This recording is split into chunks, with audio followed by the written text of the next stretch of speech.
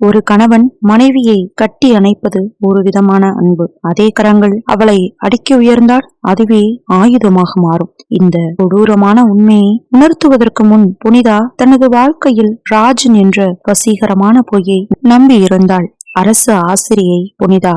ஒழுக்கமான கௌரவமான வாழ்க்கை. மென்பொருள் துறையில் இருந்த ராஜனை மணந்தபோது மேலும் மெருகேறியது. திருமணத்தின் ஆரம்ப மாதங்கள் ஒரு காதல் கவிதை போல இனிமையாக இருந்தன. ராஜனின் அக்கறை புனிதாவை பொறுத்தவரை ஒரு பெரிய அரண் போல தோன்றியது. ஆனால் அந்த அரண் சில காலத்திலேயே பலமற்ற ஒரு காகித கோட்டையாக மாறியது. ராஜன் வேலையை இழந்ததுதான் முதல் புள்ளி. மன அழுத்தத்தில் குடிப்பழக்கத்திற்கு அடிமையான அவன் தன் தோல்விகளுக்கு புனிதாவை குற்றம் சொல்ல தொடங்கினான். அன்பான கணவன் ஒரு கொடூரமான நிழலாக மாறினான்.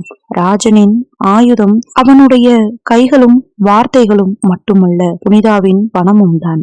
உனக்கு எதுவுமே தெரியாது, நான் சொல்வதை கேள், இல்லை என்றால் வெளியே உன்னை பற்றி கேலியாக பேசுவார்கள் என்று உளவியல் ரீதியாக துன்புறுத்தினான். அவன் புனிதாவின் சம்பள அட்டை மற்றும் வங்கி கணக்கை கட்டுப்படுத்தினான். ஆனால் புனிதாவுக்கு ராஜனின் நோக்கம் புரிந்தது. ஒரு படித்த பெண்ணாக அவள் உணர்ச்சி வசப்படாமல் நிதானமாக செயல்பட்டாள். இரவில் ராஜன் தூங்கும் போது புனிதா துணிச்சலுடன் அவனுடைய பாக்கெட்டிலிருந்து ஏடிஎம் அட்டையை எடுத்து தன் தாயின் பெயரில் ரகசியமாக ஒரு புதிய வங்கி கணக்கை தொடங்கினாள். ஒவ்வொரு மாதமும் ராஜன் அறியாமல் தனது சம்பளத்தின் ஒரு பகுதியை அந்த புதிய கணக்கில் மாற்றி வந்தாள். ராஜன் பணம் கேட்கும் போதெல்லாம் சண்டையை தவிர்க்க ஒரு சிறிய தொகையை கொடுத்து, இப்போது இவ்வளவுதான் என்னிடம் இருக்கின்றது என்று உறுதியாக சொன்னாள். இந்த சமயோஜிதமான ரகசிய சேமிப்புதான் அவளுடைய எதிர்கால சுதந்திரத்திற்கான அடித்தளம்.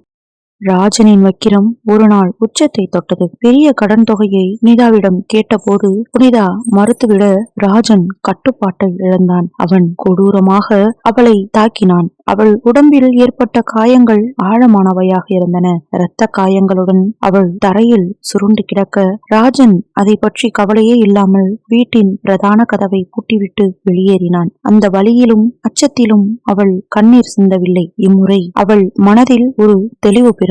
இந்த வலி வெறும் காயமல்ல, தன் விடுதலைக்கான இறுதி ஆவணம் என்று அவள் புரிந்து கொண்டாள். அவள் செல்போனை எடுத்தாள். அவள் தன் பெற்றோருக்கு போன் செய்தாள்.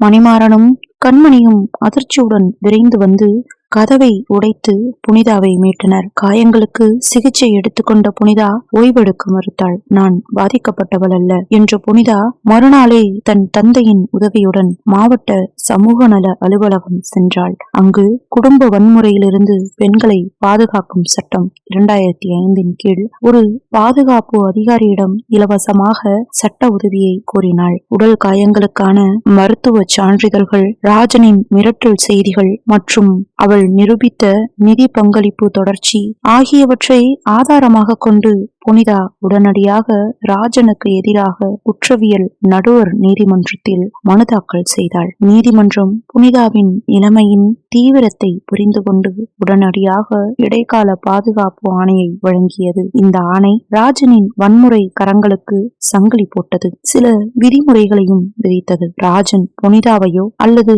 அவளுடைய குடும்பத்தாரையோ தொடர்பு கொள்ளக்கூடாது. புனிதா பணிபுரியும் பள்ளியில் அருகில் கூட வரக்கூடாது. அவளுடைய சொத்து மற்றும் வங்கி கணக்குகள் மீது உரிமை கோரக்கூடாது என 3 கட்டளைகளையும் விதிமுறைகளையும் விதித்தது.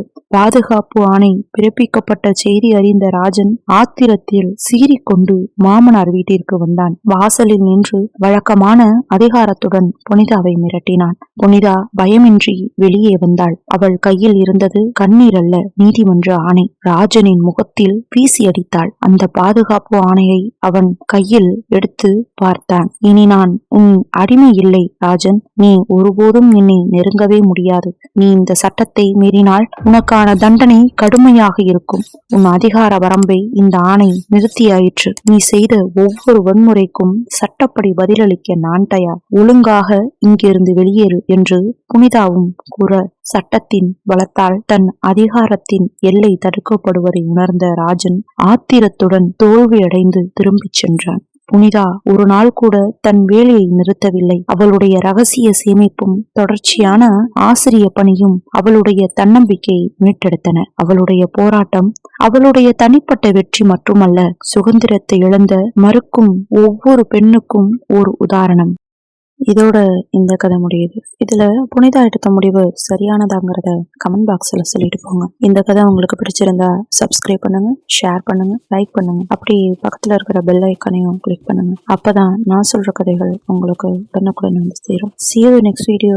Bye friends.